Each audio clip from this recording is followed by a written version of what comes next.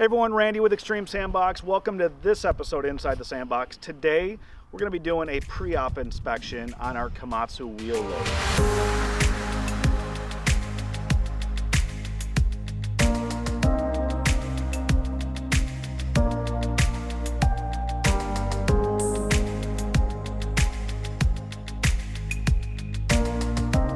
I've got Alex Dahl here from Road Machinery and Supply.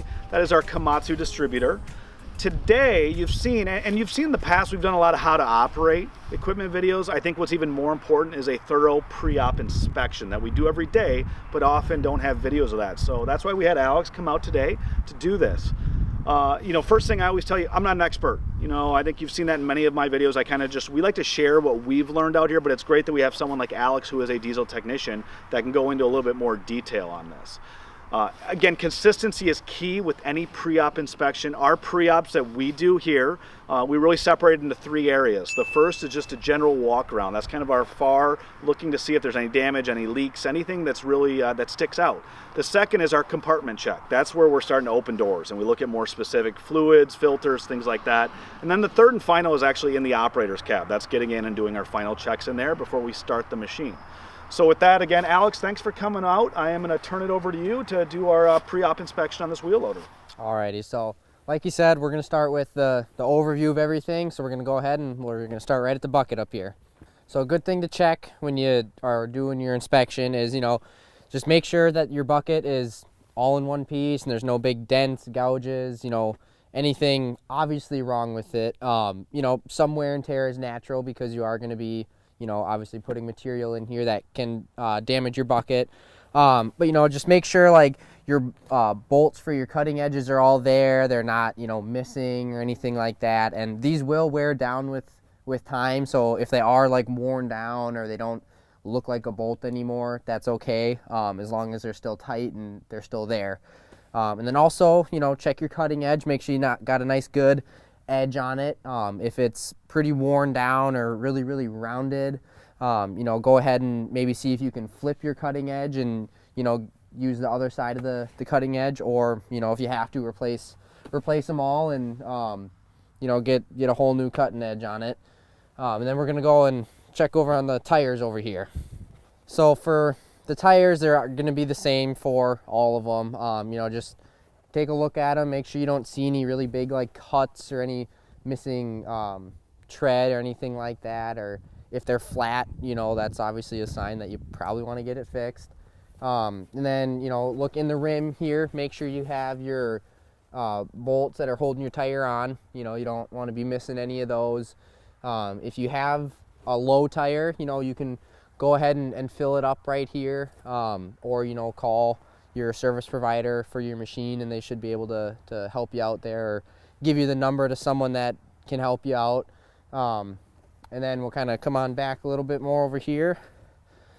And then over here is kind of the articulation point of the machine. So, just go ahead and look at all your hydraulic lines, make sure nothing's missing or broken, loose, cut, and then get down on the ground and kind of look under the machine, make sure there's no leaks, make sure there's no parts that are hanging off of it or anything like that. And there's not a lot to see in here just because everything is kind of hidden, and the only place to really look at it is kind of right through this center section right here. So if you want, you can kind of get in there a little bit and look around and see if you can see anything or just get more familiar with your machine. And then we'll go to the back of the machine now. So once you're back here, you got not a whole lot here. It's kind of just your fender right here, and your fuel tank is underneath there as well, and your rear axle. So if you just get down on the ground and take a look underneath and make sure there's no dents in your gas tank or you're leaking fuel anywhere or your axle is not leaking or anything like that. And then we'll jump on over to the other side. And then same thing on this side as the other side, with your tires, check them all out, make sure everything's good, and, check your lugs for your tires, make sure you're not missing any, or they're loose. That's another thing that you need to look for, and if they are, call the correct person to come and fix them for you, and then kind of, take a general look around the outside. Like another thing I noticed right here is your hydraulic levels low. You know, you don't see it in the sight glass right there. That's maybe something you need to address, and, you know, add some hydraulic oil to it, and, you know, just kind of get a big picture of the machine. If there's any dents or any damages to the machine or anything like that, you know, maybe note them down somewhere, take a picture so you can let your boss know that that kind of thing's going on. And from there, we'll jump back over to the other side and start looking at some compartments. I think Alex really mentioned a key point there too, is part of the pre-ops is noting any damages. So I think it's important that if you see anything that's out of place, whether it's broken glass, any dents, any damage, you know, report that early. So that's what I've noticed with our guys when they go out there. We do a walk around just to document any of that before the shift. You don't want to be the guy at the end trying to claim that something was like that beforehand. So it's important to just note some of those pieces. I did forget one thing too, you know, make sure you look at your hydraulic cylinders and make sure if you have any like dust or dirt collecting right here, that is a possible sign that your seal and the end of your cylinder right here is starting to go out and you're leaking hydraulic oil down, you know. So just take a look at them, and they're kind of hard to see because some of them are tucked up behind the tires and they just naturally get covered with dirt. But, you know, just take a look and be proactive and making sure that, you know, wipe it off and then check it an hour later, 2 hours later before you go to lunch or something, and see if dirt's back there and if it's wet or if there, you know, anything like that to give you a sign that maybe something's going on here. And looking probably at checking all the connections behind. Yep. Yes, so. Yep. All right, so first stop over here is to check your washer fluid tank. So just undo the latch and fold her open, you know, make sure you got plenty of washer fluid if you're going to be needing it. You know, it's rainy, snowy, muddy, whatever you need. You can also, there's a sight glass right here that you can see how much is in it if that's easier for you. And then we'll come over to this panel right here.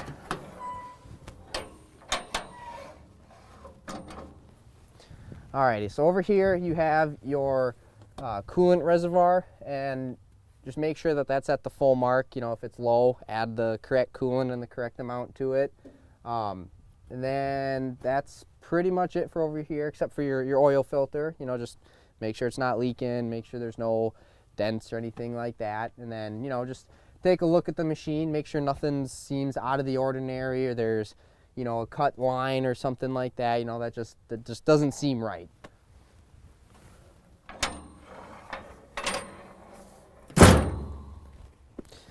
And then in the back right here,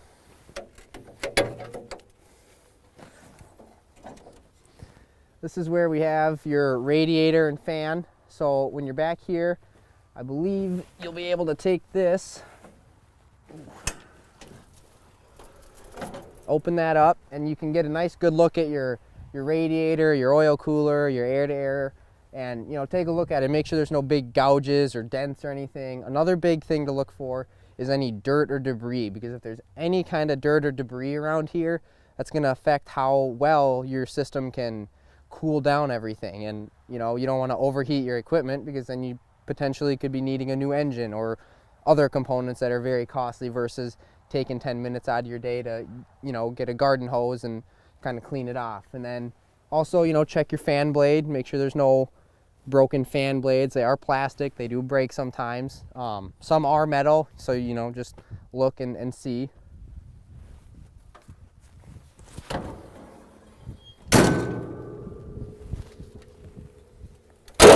Then we'll go on over to this side.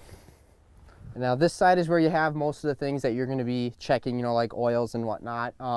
First thing to do is, you know, look at your filters. Make sure your filters are there and there's no cracks or they're leaking or anything. And your fuel filter right here, this is your water separator. And make sure there's no water, there's any debris in here. You know, you can take this off and clean it, or you can call your service provider and have them come and do it for you. Or you can drain it off with a little valve right down here. Then your oil dipstick is going to be right here, so, you know, go ahead and take it out and kind of give it a good wipe off, and then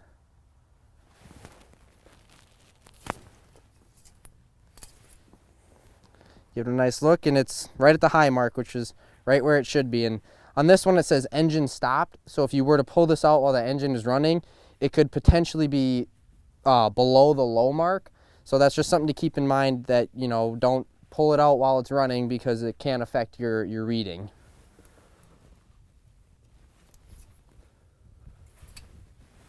So again, you know, just kind of make sure you go over everything and look, and then your air filter is up in the corner up over here, and there's a little gauge right in the corner over here that is for your air filter. And you can't see it now, but there's a little yellow like gauge, I guess, that, if that makes sense, that'll expose itself in there the more restricted your air filter is. So that's just something you can look at instead of actually taking your filter out and inspecting it. Is if you see the little yellow gauge is up near the change filter sign, you know, maybe it's time that you take that filter out and you blow it out with an air hose, or you just go and get a new air filter from your Komatsu dealer or whatever brand you have.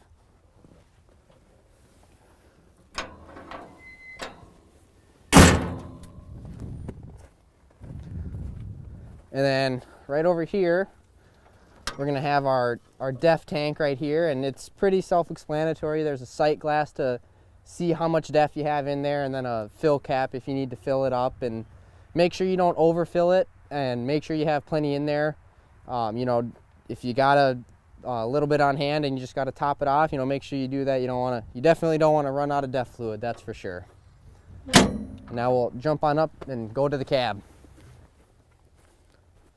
So one thing I missed was your transfer case or transmission is right under here. There's just a little cap you got to unscrew, and then kind of got a feel for it. There's a little dipstick right here. Go ahead and wipe all the oil off of it. And before you stick it back in here, I just want you guys to know that at least on this piece of equipment, there is a hot idle and a cold stop filled mark. So if you pull this out while it's running, you just have to know which side to look at, because it will vary with the machine running. So just be aware of that, and make sure when you pull it, you don't get alarmed if you see it's way high or way low on the other side. You know, check both sides and then verify whether or not the machine's running. And then you want to go ahead and screw it back on. And we'll jump up in the cab.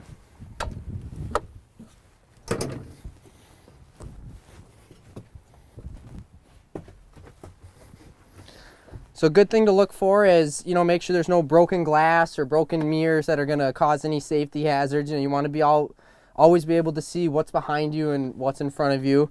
And then, you know, just give a quick look at the general cleanliness of it. If it's dirty, you know, maybe grab a little broom or something and sweep it out, and, you know, just kind of keep your workspace as clean as you can. And then, you know, just kind of grab some of your functions, make sure they work. You know, your steering wheel isn't going to be able to turn all the way, but, you know, make sure that it can turn a little bit. You know, maybe if you want to move your levers or what have you. And then another good thing to do is if you want to key it on, you know, make sure you don't have any codes or alarms or anything like that. You know, after you do that, you can check like your radio and your air conditioning and stuff like that. And then if you were to start it, make sure you always put your seatbelt on.